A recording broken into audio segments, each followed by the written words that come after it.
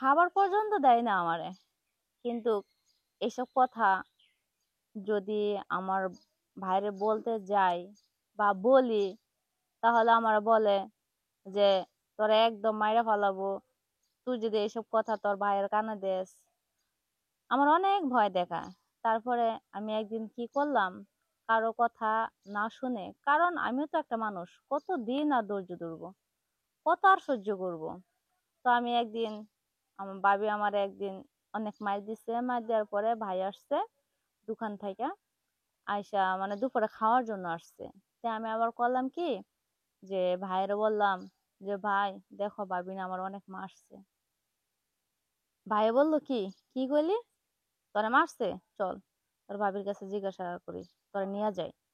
তা আমি বললাম যে ভাই তুমি বইলো না, তোমার পায়ে ধরি, তুমি যদি এই কথা ভাবির বইলা দাও, তাহলে তুমি বাড়ি থেকে চলে গেলে ভাবিও আমার মারবো। ভাই করলো কি, কয় না, চল। নিয়া হাইরা যখন ওই ভাবিরে জিজ্ঞাসা করলো যে তুমি নাকি ওরা মারছো, আমার ভাবি একদম মিথ্যা কথা বলে দিল যে ওরা আমি মারবো কেন, ওরা তো মারি না, ওরা আমি অনেক আদর করি। বাদে এমন চোখ গরম দিয়ে আমার দিকে তাকায়, পরে আমার ভাইয়ের ধমক দিয়ে বলতেছে কি রে, তোরা না বলে তোর ভাবি মারছে। পরে ভাবির চোখ রাঙানো দেখে আমি বুঝতে পারলাম যে ভাই যদি এবার চলে যায় দোকানে, তাহলে তো আমার অবস্থা খারাপ হয়ে যাব। তারপর আমি ভাইয়ের বললাম কি, ভাই তোমার সাথে না আমি মজা করছি, আমি দেখলাম তুমি আমার কতটুকু ভালোবাসো। আসলে কি জানেন, যে আমার ভাই ঠিকই আমাকে ভালোবাসে, আমাকে অনেক আদর করে, কিন্তু ভাবি যে এরকম করে ভাই কখনো জানে না বা কখনো বুঝে না। সে হচ্ছে পুরুষ মানুষ, সে তো আর বাড়িতে থাকে না, সে নানান কাজে ব্যস্ত থাকে। তারপরে এই কথা বইলা আমি চলে গেলাম।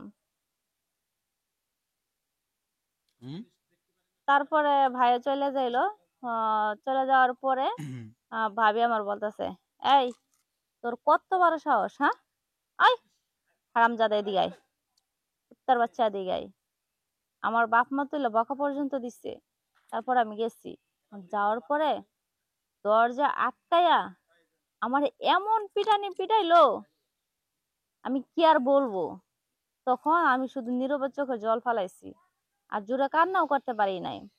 পরে আমি পরের দিন ভোরবেলা ওই বাড়ি থেকে পলাই আসি, পলাই আসা ঢাকা চলে আসি আমার বান্ধবীর কাছে, ওখানে আশ্রয় পাইছি। এখন আমি যে একটা কিছু করব বা থাকবো কার কাছে, এরকম কোনো পজিশন নাই আমার কাছে। কারণ বন্ধু বান্ধব আর কতদিন চালাবে, একদিন, 2 দিন, এক সপ্তাহ, 15 দিন, না 1 মাস, এরকম। তা আমি চাইতেছি কি জানেন, যে আমি যদি ভালো একটা ছেলে পাই, তাহলে আমি বিয়ে করব, আমার জীবনটা আমি ওর হাতে তুলে দিব, আমার জীবনটা আমি রক্ষা করতে চাই। এই মিডিয়ার মাধ্যমটা আপনি খবরটা কোথায় পেলেন?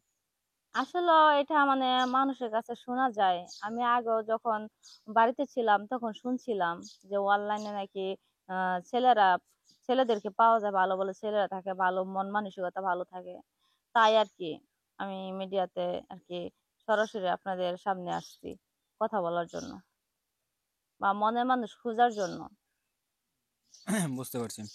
তা আমরা প্রতিবেদন একেবারে শেষ করছি, দর্শকদের উদ্দেশ্যে কিছু বলার আছে? দর্শকের উদ্দেশ্যে একটা কথাই বলতে চাই, যারা আমার জীবনের কাহিনী শুনে যদি আপনাদের মনে একটু কষ্ট লাগে থাকে বা দয়া হয়ে থাকে আমার জন্য, তাহলে অবশ্যই, বা আমাকে বিয়ে করতে চান বা করবেন, তাহলে অবশ্যই আমার সাথে যোগাযোগ করবেন। হুম। আর যোগাযোগটি কিভাবে করবেন আমি সেটাও বলতেছি। আপনারা এই ভিডিওটি না টেনে সম্পূর্ণভাবে দেখে যান। এই পেজটিকে ফলো করেন, শেয়ার অপশন ঢুকেন, ওখানে গিয়ে দেখবেন যে আমার হোয়াটসঅ্যাপ, ইমো